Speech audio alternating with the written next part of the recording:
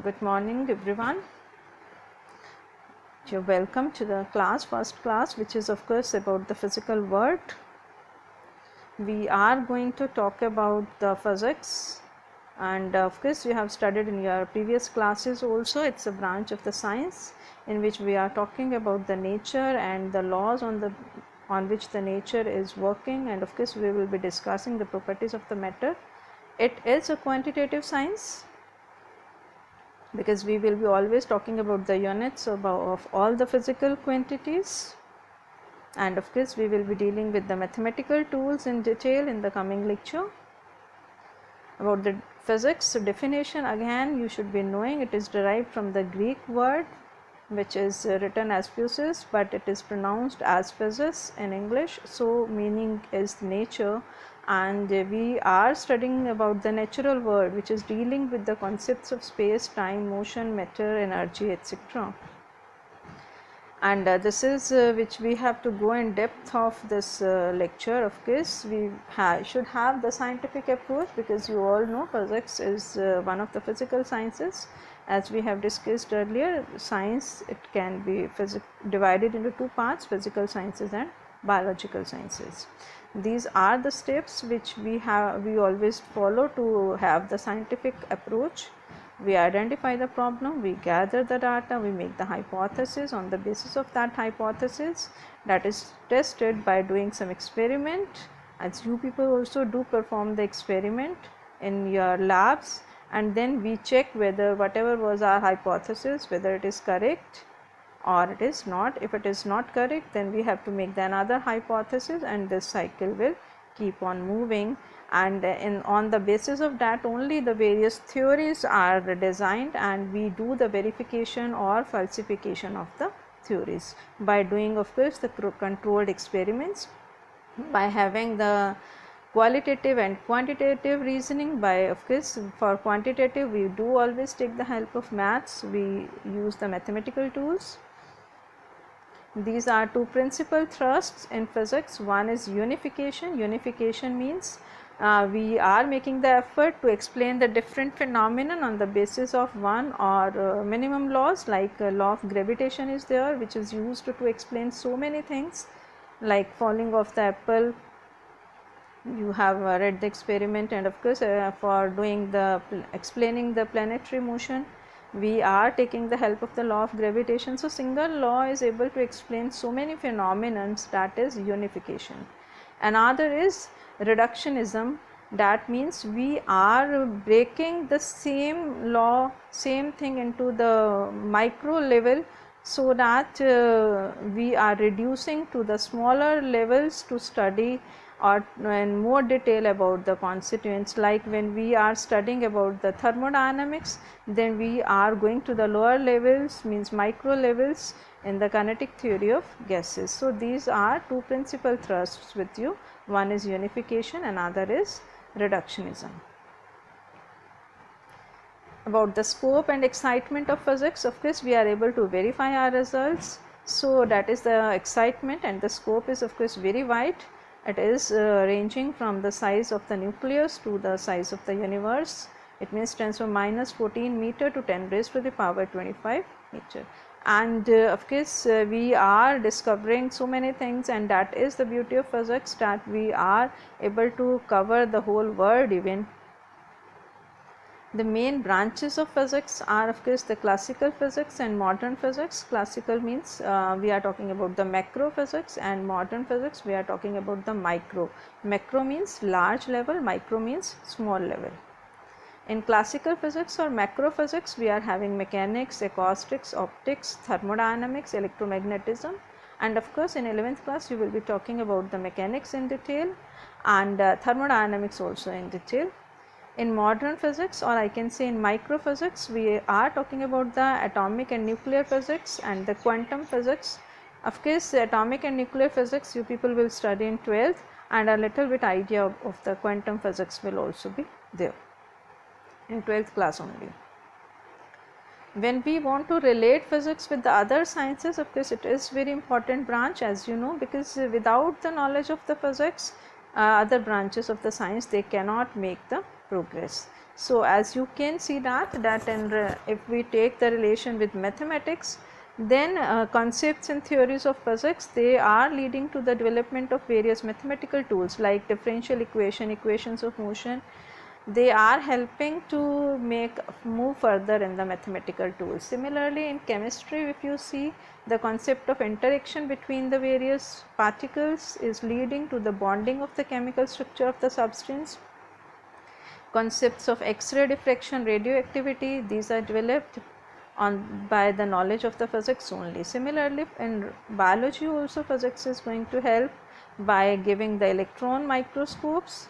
So this all things, of course, we are able to cure the skin diseases, cancer, etc. also by the knowledge of the radiations like X-rays and ultraviolet rays.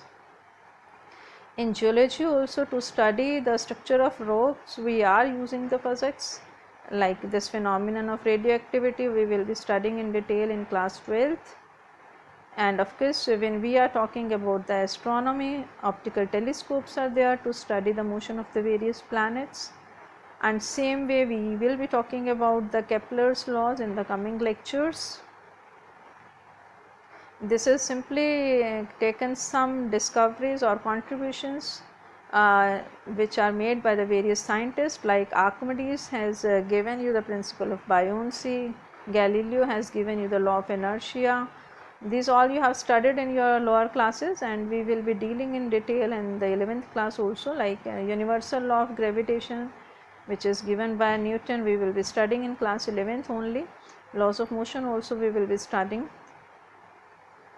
like laws of electromagnetic induction, which is given by Faraday, that will be studied in class 12th. This is a contribution from India by C.V. Raman. He has done the discovery on inelastic scattering of light by the molecule. Similarly, from India, one more contribution is there by J.C. Bose for the ultra short radio waves. So about all these things you are aware, like photoelectric effect you will be studying in class 12th by Einstein. So these are the major contributions which I have taken by the physicists. Similarly, we have to see the relation between the physics, technology and society. Of course, you all are aware of technology is nothing but the applied science. It means we are using the science, or we are using the physics to form some device which is of very great help to us. Like steam engine is based on the laws of thermodynamics, nuclear reactor is based on the controlled nuclear fission reactions. Similarly, we are using in communication, radio and television by the knowledge of the electromagnetic waves.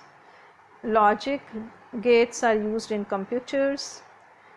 We are able to amplify do the light amplification by stimulated emission, that is lasers. Similarly, Newton's laws of motion are used to explain the rocket propulsion, and this is of course helping the society, because if there is no communication, no internet, like we are talking about the 4G, 5G technology, we are able to communicate even at this minute because of this technology only. So this technology further develops the science one step ahead. As you have studied in your lower classes also, that science and technology are the two sides of the same coin. So you should be able to relate the technology and society, because society, what is the status of the society, that will be decided by the development of technology, and technology depends upon the scientific principles, or here main contribution we are talking about the physics.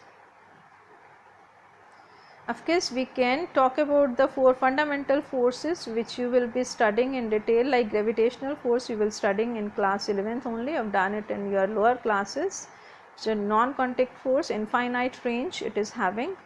Similarly, electromagnetic force, in which we will be talking about the electrical and magnetic forces, again infinite range, but it operates among the charged particles, whereas this is in all the particles, everything in the universe. Weak nuclear forces and strong nuclear forces, these both are short range forces. Strong nuclear forces occurring inside the nucleus, between the nucleons, like proton proton, proton neutron, And weak nuclear forces are again it is between the subatomic particle like a neutrino, antineutrino we can talk about. And this is just to give you the idea about the strength of these forces, like gravitational force, even if you are able to observe in your day to day life, but it is the weakest force in nature. And even the weak nuclear force is 10 raised to the power 25 times stronger than the gravitational force. Electromagnetic force is 10 raised to the power 36 times the gravitational force, and strong nuclear force is 10 raised to the power 38 times the gravitational force. So this is just for your awareness. Of course, electromagnetic force you will study in 12th in detail, and these two forces also you will be studying in class 12th, and in 11th only we will be focusing on the gravitational force. But because you have studied the gravitational force in your lower classes also, so I have collected this data. You are already aware that this force is dependent upon the masses and the distance between them, and of course it is a central force, weakest force, conservative force, of course long range force, and it is acting between the particles. I may call them as gravitons. Electromagnetic forces, they are including the electrostatic and magnetic forces, and of course these are attractive and repulsive, while the gravitational force is always attractive. But this is again central force.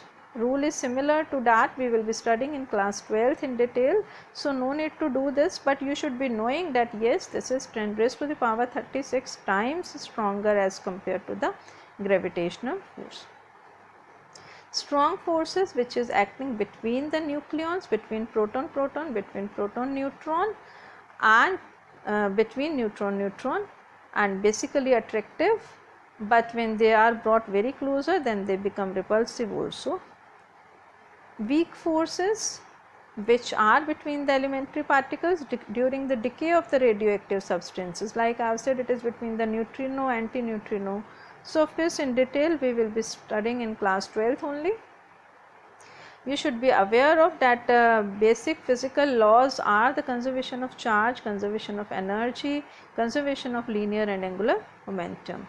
Conservation of energy you have done in the lower class also, and conservation of charge you will be doing in class 12th, that charge before the reaction is equals to the charge after the reaction.